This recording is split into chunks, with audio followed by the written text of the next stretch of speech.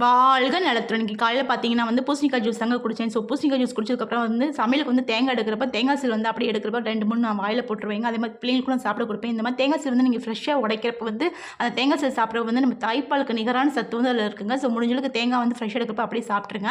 அதுக்கப்புறம் வந்து வாழைத்தண்டு பொரியல் தாங்க பண்ணேன். காலையில வாழைத்தண்டு பொரியல் மட்டும் தாங்க நான் சாப்பிட்டேன். அதுக்கப்புறம் ஒரு 1 1/2 மணி நேரம் கழிச்சு 1 டம்ளர் காஃபி மட்டும் குடிச்சேன். மத்தியானத்துக்கு பார்த்தீங்க அப்படின்னா வந்து கொஞ்சமா சாதம், தக்காளி தொக்கு, துவையல், அதுக்கப்புறம் குடிக்க வந்து மோருங்க. இந்த தக்காளி தொக்கு வந்து சுட சுட சாதத்தில போட்டு அப்படியே பிரட்டி சாப்பிட்றப்ப அவ்வளோ தேவாமிர்தமா இருக்குங்க.